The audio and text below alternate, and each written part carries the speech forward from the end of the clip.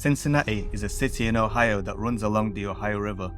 In the 1800s, German immigrants settled there and began brewing beer. A lot of beer. So much beer, in fact, that Cincinnati became known as the beer capital of the world. And to this day, it's still known for its beer and is home to over 50 breweries. While Cincinnati has this urban and suburban mix with vibrant culture, nice bars and restaurants, shops and parks, its crime rate is significantly higher than the national average.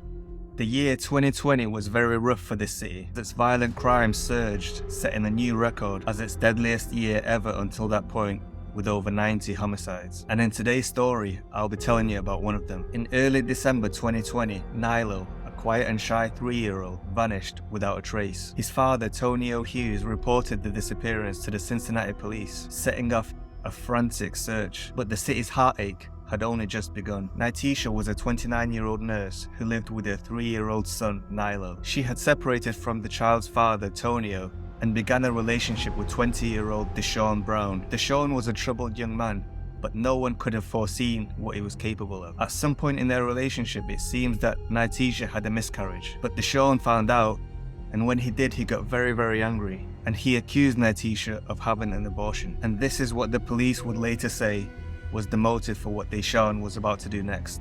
After weeks of planning, Desean eventually did the unthinkable. On December the 5th, he snapped and brutally murdered Nyteisha by stabbing her several times with a knife in her apartment, and he kept her lifeless body in the apartment for a week. During that time, Desean began looking on the internet for cleaning products, body bags, and bridges in Cincinnati, and then he ended up ordering a body bag off eBay. When the body bag arrived, he placed Nyteisha's body inside it and then called an Uber to dispose of the body. When the taxi came, he told the driver that the bag was just filled with his clothes, and then he told the driver to take him to Pete Rose Way in downtown Cincinnati, just near the Cincinnati River. And this is where he would dump her body. On December the 12th, 2020, at approximately 3:15 in the morning, an emergency 911 call had been made regarding a dead body that had been found. Cincinnati 911, what is the address of your emergency? I found a dead body. Somebody threw a bag like on the edge of the bridge, and my curiosity got the best of me, so I got up there and knocked it down, and it was heavy. It hit the ground. It's like a body bag.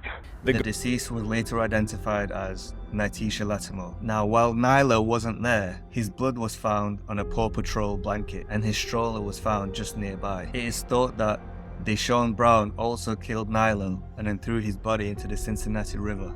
So later that same day, the authorities arrested Desean Brown in connection with Nyteisha Lattimore's death and the disappearance of her son Nylo. Despite extensive searches covering around 180 miles along the Cincinnati River, Nylo's body to this day has never been recovered. As of March 2024, Desean Brown has still not been convicted. Hamilton County Prosecutor Joe Dieters is actually seeking the death penalty for Brown, who faces charges of 2 counts of aggravated murder, gross abuse of a corpse, as well as tampering with evidence. On the 23rd of June 2022, Desean Brown appeared in court for a hearing on a defense motion in an effort to throw out his taped confession to the police. His defense considers the confession to be illegal, alleging that the detective intimidated Brown into waiving his right to an attorney. However, just before the proceedings began, Nylo's father, Tonio, charged at Brown and began punching him several times in his head before deputies restrained the grieving father. This video shows Tony Hughes pursuing Brown while handcuffed and surrounded by deputies. It took 4 officers to wrestle the angry father to the ground.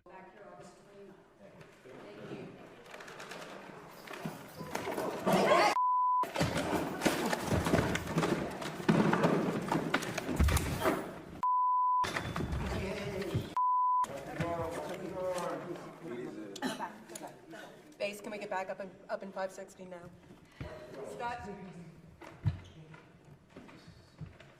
The court held Tonio in contempt and they sentenced him to serve 7 days in jail. I can't even imagine the pain that he would have been going through, having to sit there in court, whilst Desean Brown, the man who killed his 3-year-old son, tries to avoid the death penalty because he claims to have bipolar disorder. However, the judge states that his mental illness did not significantly impact his judgment the night that he murdered both Nyteisha and her son Nylo, and the prosecutors are confident that they'll be able to secure the death penalty despite not having found Nylo's body. Nylo's father wants people to remember his son Nylo as a good kid. He says, "I just want him to be remembered as a good kid. He was a shy and quiet kid. If you see him right now, he would be shy. He would be nervous. He would hide.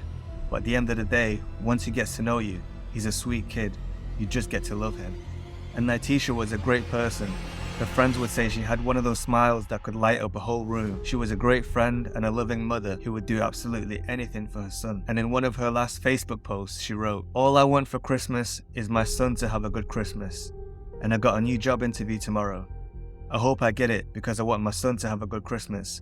It's about the kids. I want my son to be happy for Christmas."